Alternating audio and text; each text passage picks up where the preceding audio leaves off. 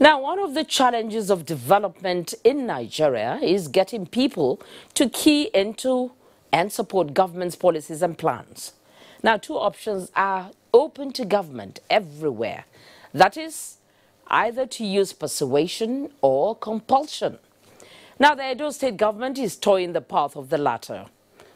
Doris Olumoko now takes up the story on how government intends to make sure people register births. Birth registration is the right of the child to an identity and nationality, which enables a child to receive medical treatment, go to school, inherit property, prevent child exploitation, and find legal work. However, statistics from UNICEF reveals that in sub-Saharan Africa, over 70% of children born every year are unregistered. In Akure, the capital of Ondo State, southwest Nigeria, the story is not different, as in the case of 2-month-old baby Adelabu. I didn't know. I jumped here for the first time, Only 68% of children under age 5 have been registered in Ondo State. The wife of the governor, Mrs. Betty Anyanwu-Akeredolu, say this is unacceptable.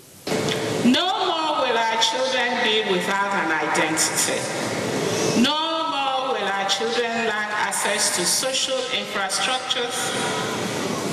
They are our children, and they must be planned for. This is Omolasho Omosein, head of United Nations Population Fund Lagos. His birth was only registered about 7 years ago, but today he is an advocate of birth registration. So why do you want to start registering as an adult where you can do that as a child?